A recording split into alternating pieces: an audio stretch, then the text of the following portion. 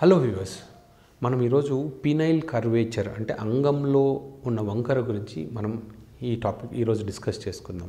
ఎందుకంటే చాలామంది పెళ్ళి కాని యువకుల్లో దీని గురించి చాలా డౌట్స్ ఉంటాయి. డాక్టర్ గారు, ఇలా ఉన్నప్పుడు నేను పెళ్లి చేసుకోవచ్చా? నేను నా పార్ట్నర్ని సంతోషపెట్టగలుగుతానా? దీనివల్ల ఏమైనా ఫ్యూచర్లో ప్రాబ్లమ్స్ వస్తాయా అని చాలామంది భయపడుతూ ఉంటారు. క్లినిక్ కూడా మల్టిపుల్ టైమ్స్ వస్తూ ఉంటారు. మళ్ళీ వేరే డాక్టర్ని అంటే ఎందుకంటే వాళ్ళకి కాన్ఫిడెన్స్ లేకపోవడం వల్ల ఒక డాక్టర్ అడిగి ఒక డాక్టర్ నార్మల్గా ఉంది అని చెప్పిన తర్వాత కూడా మళ్ళీ ఇంకో డాక్టర్ దగ్గరికి వెళ్ళడము ఇలాంటి వాళ్ళు చేస్తూ ఉంటారు. సో ఈ వీడియోలో మనకు పెనిస్లో బెండ్ ఉన్నది, మనకు ఉన్నప్పుడు ఏం చేయాలి అంటే మొదటిగా మనకు బెండ్ ఎక్కడ ఉంది, ఎంత బెండ్ ఉంది అనేది మనకు ముఖ్యం. ఇప్పుడు నార్మల్గా 30 డిగ్రీల కన్నా మనకు తక్కువగా బెండ్ ఉంది అంటే మనం భయపడాల్సిన అవసరం లేదు. రెండోది, ఈ బెండ్ అన్నది పుట్టుకతో ఉందా అంటే ఫస్ట్ నుంచి ఊహ తెలిసినప్పటి నుంచి ఉందా లేదా ఈ మధ్య స్టార్ట్ అయిందా అనేది మనకి ఇంపార్టెంట్. ఒకవేళ ఇది బై బర్త్ ఉంది అంటే వాళ్ళకు ఊహ తెలిసినప్పటి నుంచి ఎప్పుడు అంగస్తంభన జరిగిన బెండ్ ఉందనుకోండి, దానికి పెద్దగా మనము ట్రీట్మెంట్ చేయాల్సిన అవసరం లేదు. అంటే 30 డిగ్రీస్ కన్నా తక్కువ ఉందనుకోండి, జనరల్ మనం ఏం చేయాల్సిన అవసరం లేదు.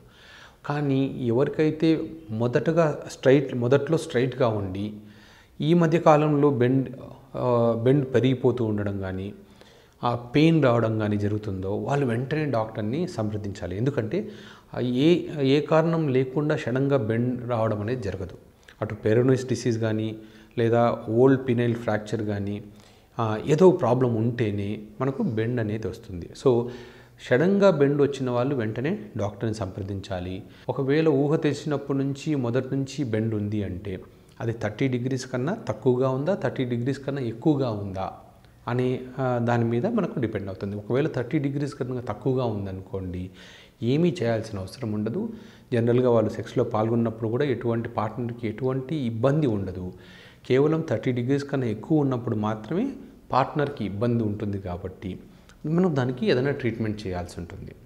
సో మీరు డాక్టర్ దగ్గరికి వచ్చేటప్పుడు ఏం చేయాలి? ఎందుకంటే చాలామంది వస్తూ ఉంటారు కదా, డాక్టర్ గారు నాకు పెనిస్లో బెండ్ ఉంది అని.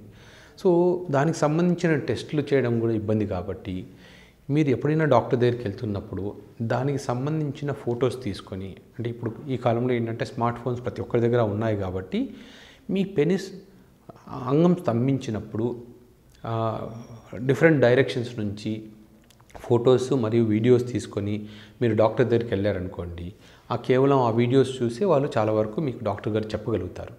ఎందుకంటే లేకపోతే మళ్ళీ పెనిస్కి ఒక ఇంజెక్షన్ ఇవ్వాలి, ఎక్కడ ఏ ఏరియాలో బెండ్ ఉంది, ఎంత బెండ్ ఉందని మళ్ళీ స్టడీ చేయడం కష్టం. కాబట్టి మీరు ఆల్రెడీ డాక్టర్ దగ్గరికి వెళ్ళేటప్పుడే ఒక వీడియోతోనో ఒక ఫోటోగ్రాఫ్స్తోనో వెళ్ళండి.